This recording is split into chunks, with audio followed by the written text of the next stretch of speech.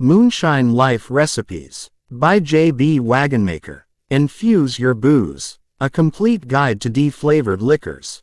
This is one of those posts where I will come off as a lush, and an opinionated one at that. But these cocktails, they are simply research. Baby, this is all for you. Infuse your booze. If you like the creativity of cooking and combining flavors and you drink hard alcohol, then booze infusions are a natural place to play around and have fun personalizing your liquor cabinet. Infusions are also a great DIY holiday gift if your crowd is a little more Scotch and speakeasy than Santa hat and sugar cookie. Booze infusions are very simple. You soak ingredients in a base alcohol until you like the taste. If you can make tea, you can make a cucumber gin or a chai tea vodka or a cherry bourbon. Once you have those infusions on hand, you're some ice and a mixer or two from a cucumber gin gimlet, very refreshing in late August, or a chai white Russian or a cherry Manhattan. That's really all there is to it, so if you learn best by doing, feel free to stop reading now and go play around with whatever's in your liquor and spice cabinet. I won't take it personally. If you want the complete guide to everything I've learned about making my own infusions, read on. Part 1. Know your base alcohol. Your base is the booze that you're going to flavor. I recommend a nice mid-shelf, mid-price alcohol. Top shelf isn't necessary, but no infusion ingredients will make terrible rot gut booze taste like anything other than a drain cleaning solvent, so find a comfortable middle ground of price and quality. With all base liquors, the higher the proof, the more extraction power you're looking at. So an overproof gin or bourbon will pull more flavor from your infusion ingredients than an 80-proof version.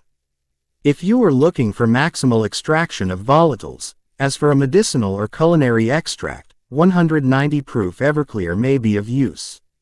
I haven't worked with the super overproofs, but if you can speak to their use in infusions, please chime in. Vodka. A decent vodka is notable for its lack of flavor, which makes vodka the perfect beginner's base for infusions. You can see this at a commercial level in the liquor section, where things like cotton candy vodka, bubblegum vodka, marshmallow vodka and other My Little Pony flavored spirits take perfectly good shelf space away from single malt scotch. Ignoring the flavor evil that's being done in the name of commercial flavored vodkas, this neutral spirit plays extraordinarily well with most infusion ingredients, and is highly mixable as a spirit. For folks who see little point in drinking something basically flavorless, infusions can give vodka life. For all these reasons, if your heart isn't already set on a particular non-vodka based creation, I recommend that you start your infusion experiments with vodka. Classic infusion flavors. Anything and everything. There are no limits to what you can infuse in vodka. Bacon, dill pickle, oatmeal. Bacon, dill pickle and oatmeal. You name it and someone has done it. Personal favorites. I typically infuse Finlandia but recently tried the Kirkland Signature American Vodka at Costco. For the price, I think it's unbeatable. I particularly like infusions of coffee and vanilla bean, fresh cherry, citrus of all kinds, ginger and dried pear, and many variations of spiced. Gin. The cocktail lover's booze. Gin is a mix of herbs and botanicals typically distilled with neutral grain alcohol, vodka. To people like me, this makes gin something like vodka with a point, because the spirit has a substantial flavor punch all on its own, or in minimalist concoctions like the martini, which, unless specified, should be made with gin and vermouth and ice and nothing else. This does make gin slightly trickier to work with from an infusion standpoint. Add in the diversity of flavors in gin. That mix of botanicals varies by brand and can range radically in makeup and complexity, and you have a base that requires a bit more thought to infuse. The good news is, gin was meant to be mixed, and if you think about the type of gin mixed drinks you like to drink and what would be appropriate garnishing flavors, you'll be led to infusion combinations that make sense. Classic infusion flavors. Cucumber, citrus of all kinds, floral, lavender especially, herbal. Think basil, fennel or lemon verbena, apple and pear, and green tea. Personal favorites. I infuse Gordon's gin. I love cucumber and star anise. This makes a simply lovely drink served neat over ice. Grapefruit and ginger is excellent too. Tequila. Blanco is unaged with a typically straightforward flavor.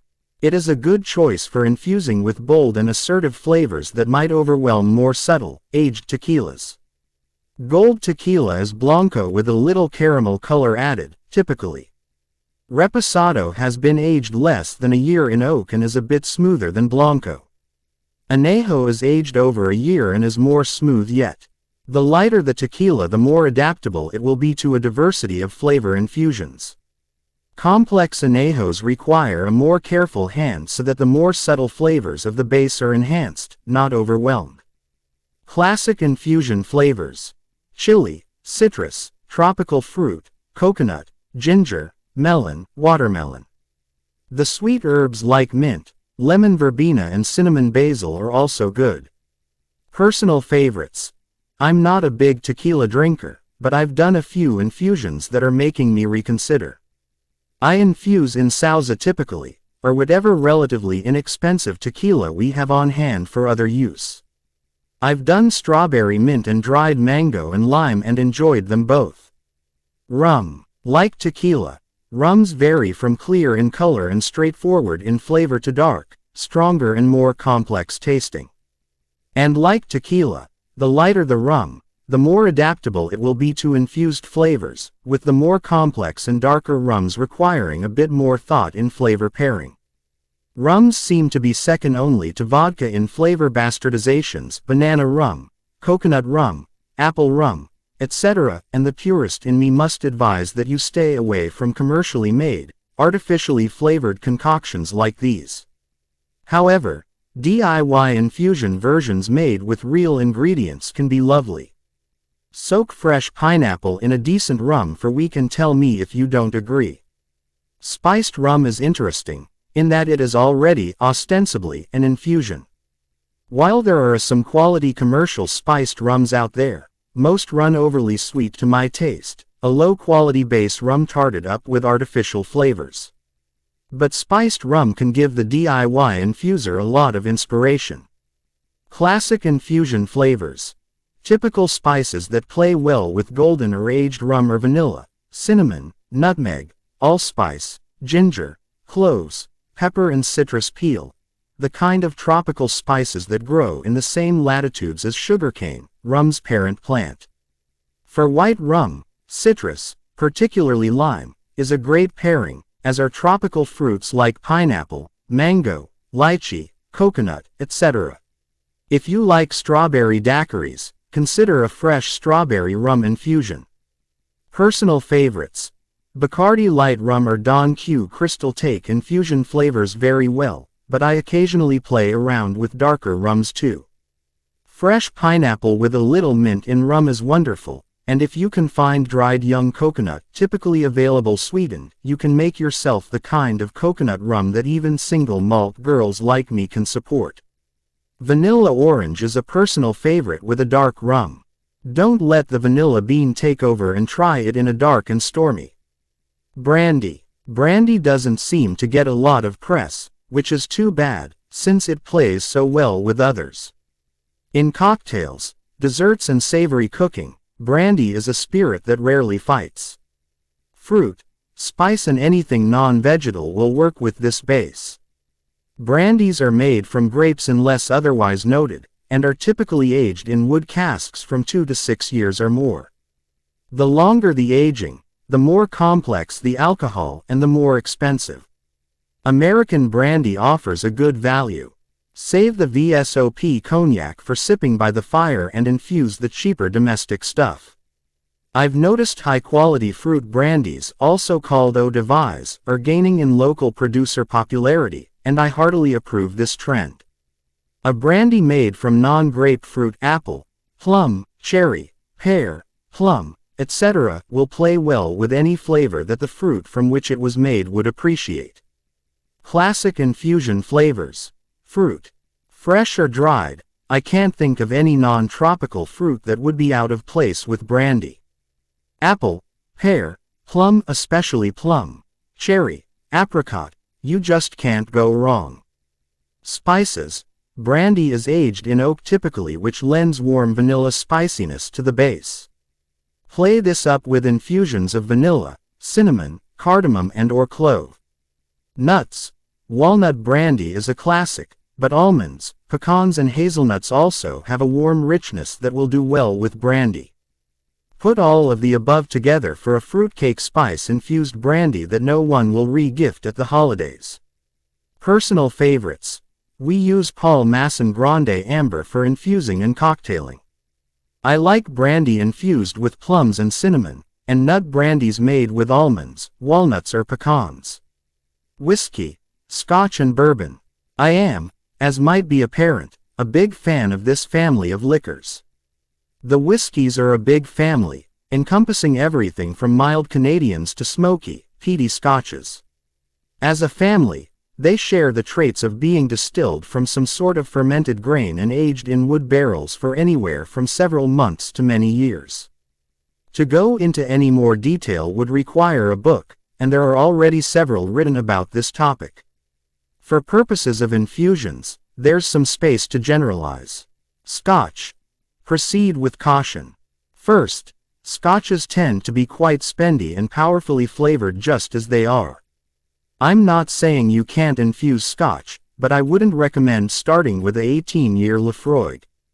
If you are tempted, just give your bottle to me instead. Bourbon.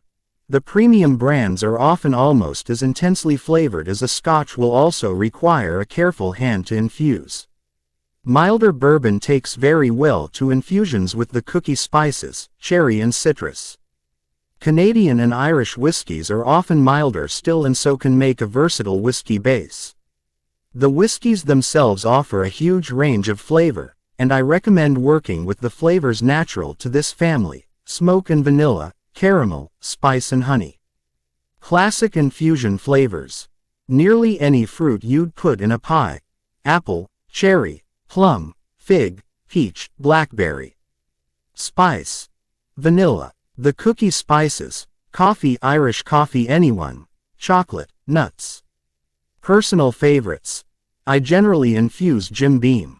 I love nearly anything in bourbon, but am particularly fond of cherry bourbon, apple and cinnamon aka apple pie, and caramel walnut.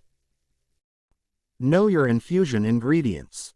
You can infuse your base with nearly anything edible. So how do you pick and choose what's getting tossed into that mason jar with tequila?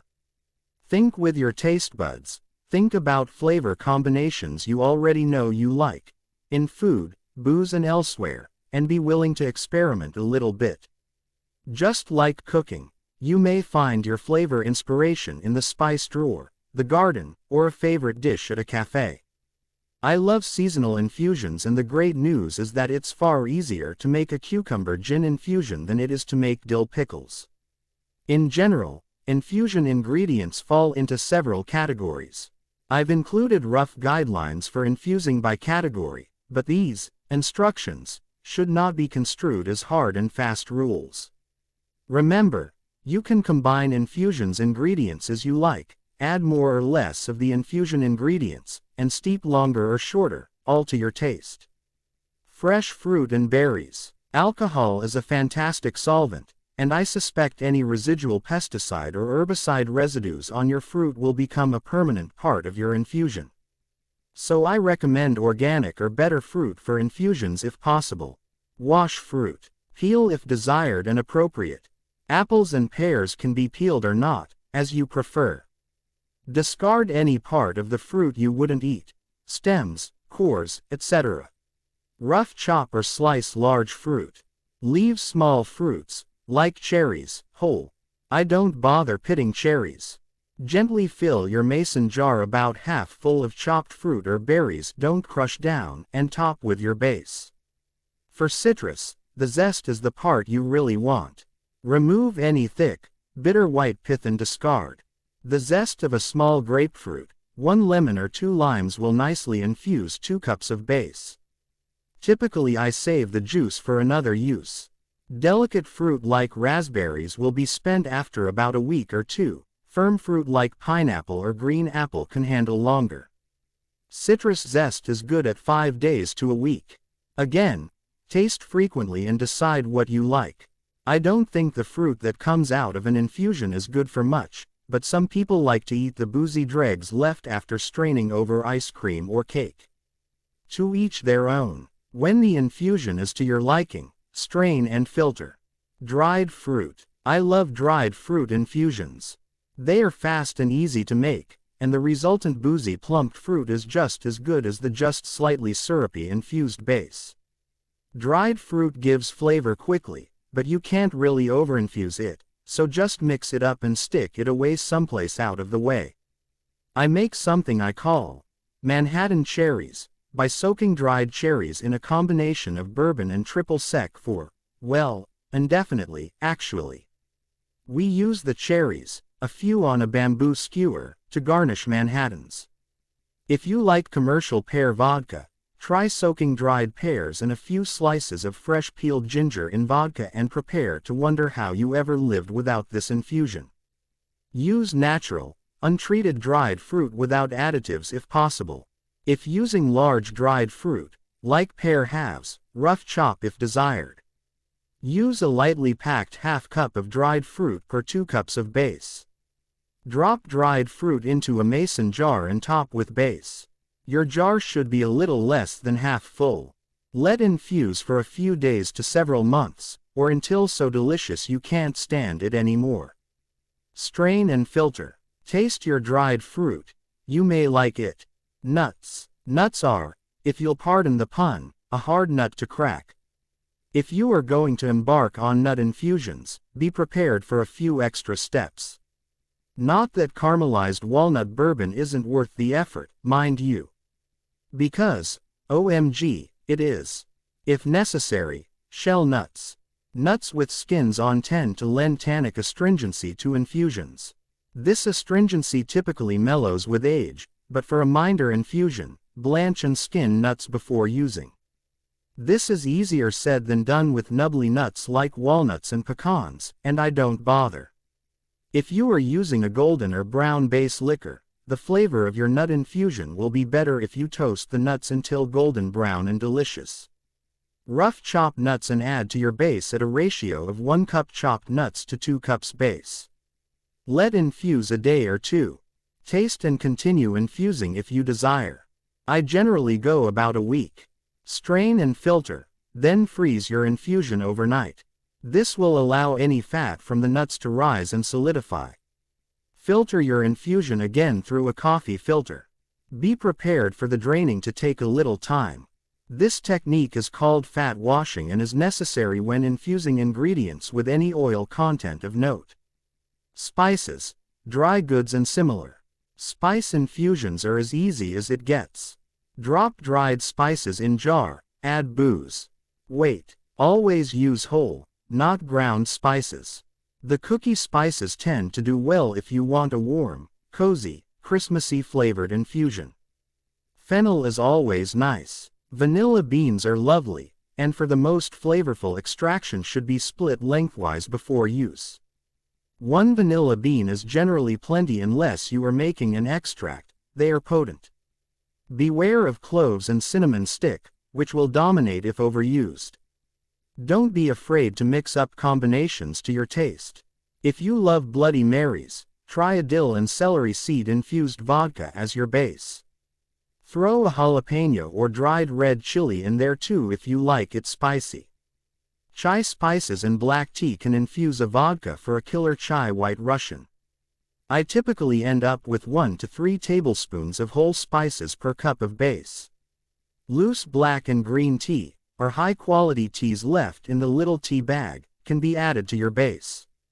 I have a green tea apple gin coming along nicely right now. Use 1 tablespoon loose tea or 2 tea bags per 2 cups base. Coffee should be lightly crushed but not ground and added to your base at 1/2 cup of coffee beans per 2 cups base, depending on how strong a coffee flavor you want. Cocoa nibs are how you infuse booze with a chocolate flavor. Do not attempt cocoa powder or a hunk of baking chocolate. You'll be disappointed. A 1/2 cup of nibs to 2 cups of base works well. With spice and dry goods infusions like these, taste frequently. As short as an hour may be long enough to get a nice subtle infusion for tea or strong spices. If the spice is a complement to something else, like a dried apple and cinnamon rum, keep the spice quantities very moderate, or infuse the booze in stages. For example, start with the dried apple infusion, and let that go for 2 weeks or until you are happy with the flavor. Then strain and infuse the apple rum with a cinnamon stick for a few days, or until you like the warmth of the cinnamon. Vegetables, roots, herbs and flowers. As with fruit, organic is better. Wash or scrub as appropriate. Root vegetables should be peeled and well trimmed. Anything particularly earthy can leave your base dirty tasting. Vegetables should infuse 3 days to a week. Taste often. Cucumber, beet, carrot and horseradish are all popular vegetable infusion ingredients. Chop your vegetable into bite-size hunks or slices. Spicy peppers can be added whole, pierce a few times with the tip of a knife, or halved. If you want pepper flavor with less heat, remove seeds and ribs from fresh peppers before infusing. Herbs and edible flowers should be rinsed and patted dry. The soft leafy herbs can be added in long sprigs and in fairly generous quantities. Strong flavored, woody herbs like rosemary should be used very carefully. Some flowers have very distinctive flavors. If you aren't confident about the flavor or strength of your edible flowers, go easy. A little lavender can add an enchanting backdrop to an infusion. Too much and you're drinking a soap cocktail. I think most herbal and floral flavors do best in combination with other flavors. Think blackberry rose tequila, strawberry basil vodka or tangerine bronze fennel gin. However, most fresh herbs peak at about 4 days of infusing. If you are combining herbs or flowers with another main flavor, I recommend starting your main infusion a few days before and adding the herbal component a bit later. Part 3. Infusing your booze, putting it all together. Once you've picked a base and your infusion ingredients, it's easy as can be. 1. Prep and mix. Once you have a flavor combo in mind, simply prepare your infusion ingredients and add them to a spotlessly clean mason jar. I like to use pints for experimental stuff and quarts for more proven flavor pairings. Generally, I use wide-mouth jars. Top your infusion ingredient with your base, lid your mason jar tightly and set your jar in a cool, dark place. 2. Shake. Once a day or more often if you can manage, give your jar a little shake to help the flavors meld. Taste your infusion daily or every few days, depending on how it's coming along. 3. Wait. There's quite a range of recommended infusion times out there, and the bottom line is that a booze infusion is done when it tastes good to you. That's it. For fresh ingredients, a week of infusion is a good rule of thumb. I tend to infuse for a week or two, but have left fresh peaches in bourbon and fresh cherries in vodka for several months to good effect. Some infusions, anything with dried fruit, can handle longer aging, and we made a lemongrass vodka that took 2 years to get really good. But some concoctions, particularly spice or tea infusions or anything involving chili peppers, can get overstrong in a hurry. Alcohol extracts more of the bitter notes from things like coffee, tea, cocoa, herbs and spices, so take some care with strong flavored infusion components and taste frequently. A shorter infusion time with a greater quantity of infusibles will tend to give you a more straightforward and less bitter flavor. Longer infusions with smaller quantities of infusibles will be more complex but should be watched for developing bitterness or unpleasant flavors. 4. Strain and filter. When your infusion is done to your taste, strain it through a kitchen strainer to remove anything chunky, then filter through a coffee filter, very fine mesh tea strainer or several layers of fine cheesecloth to remove residual sediment. 5. Use. Bottle your infusion into a pretty bottle or a clean mason jar. Lid tightly, label and store someplace dark and cool. Once well strained, booze infusions made with fresh ingredients will last several months in the refrigerator. Those made exclusively with dried ingredients like spices or coffee beans will keep pretty much indefinitely and don't require refrigeration. Enjoy deliciously and responsibly. Part 4. Miscellany. The addition of sugar will turn your infused liquor into a liqueur. If you are looking for a sweeter and slightly syrupy result, add 1 to 2 tablespoons sugar or brown sugar per cup of base to your mix. Enjoy. Moonshine Life Recipes Group.